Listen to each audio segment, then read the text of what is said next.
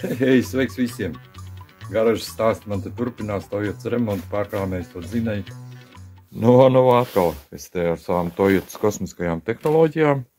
Redzi, ko tad? Skaties, redzi. Noņem šo. Šis tas partikulu filtrs, jā. Nu, kosmiskā tehnoloģija, teikšu tā. Tur notiek kosmiski brīnumi. Tātad. Šis ir kvēpa filtrs, partikulu filtrs, un tajā sakrājās kvēpi, un devējs dod ziņu smadzenēm, ka vajag bišķi iepirst iekšā degvielu, un tad arī izdedzina. Un to var redzēt tad, kad nāk no izpūtēji pasakaini mākoņi. Liekas tādi, jā, un tad, kosmiska tehnoloģija manā uzskatā. Par ko tad viņi ir kosmiski?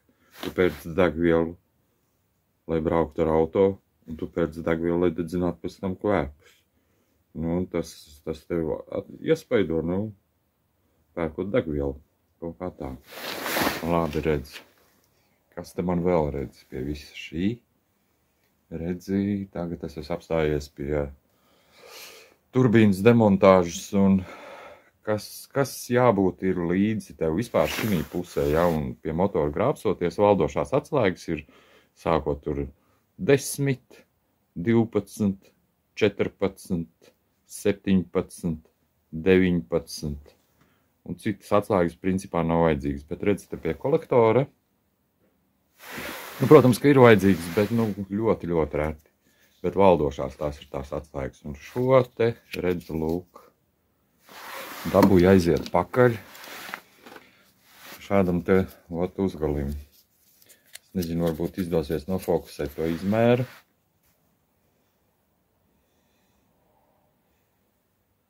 Neredzu es arī caur telefonu.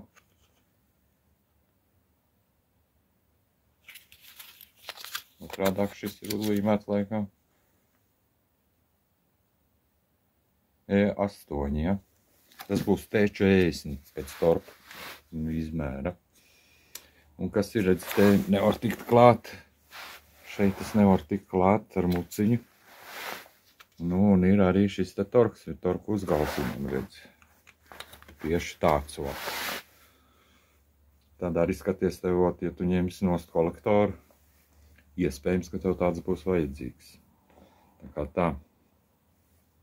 Kosmiskās tehnoloģijas. Viskosmiskākā tehnoloģija dzīvo šeit. Un par šo es noteikti kaut kad taisīšu video. Es vispirms gribu atrast, kuru man visvairāk no viņām lej.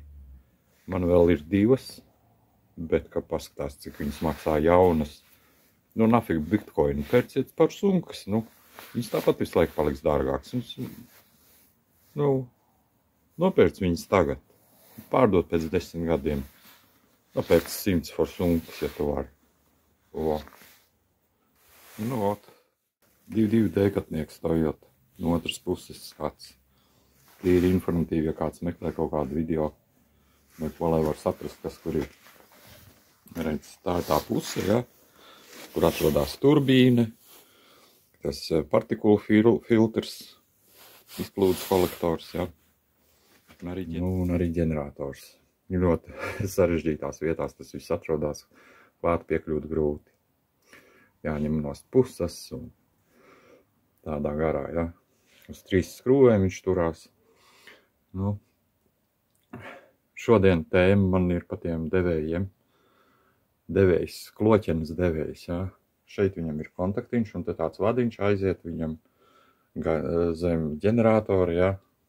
Tur viņam vēl ir stiprinājums. Un atrodās viņš šeit pašā apakšā. Ja viņu var redzēt, kur viņš ir. Šeit šis ir pats devējs, jā.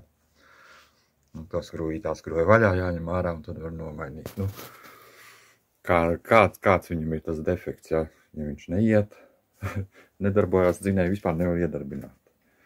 Kas tur var būt pa vainu var būt vainu. Vai šis ir kaut kur sabojāts, tas kontaktiņi nav normāli, vai ne ar pats tas devējs. Vai ar salauztu kloķeni. Nezinu. Tas jau mazāk ticams, bet, tad jau dzinējs ir pagalam.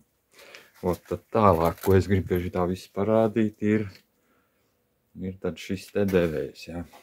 šis devējs ir sadals vārpstas devējs. Nu, kā viņš izpaužās, ja viņš ir bojāts, izpaužās tā, ka dzinējs, nu, nedarbojās kārtīgi, nu, raustās, ģorgājās, un nevar saprast, kas ar viņu notiek, nu,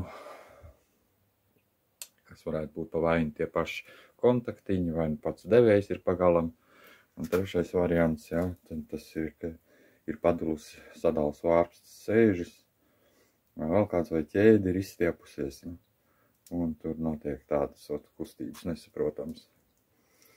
Un kā tā. Nu, ja kādam noteikti bija par to intereses, ceru, ka palīdzēja vismaz informatīvi, jā. Labs rīt tā jau.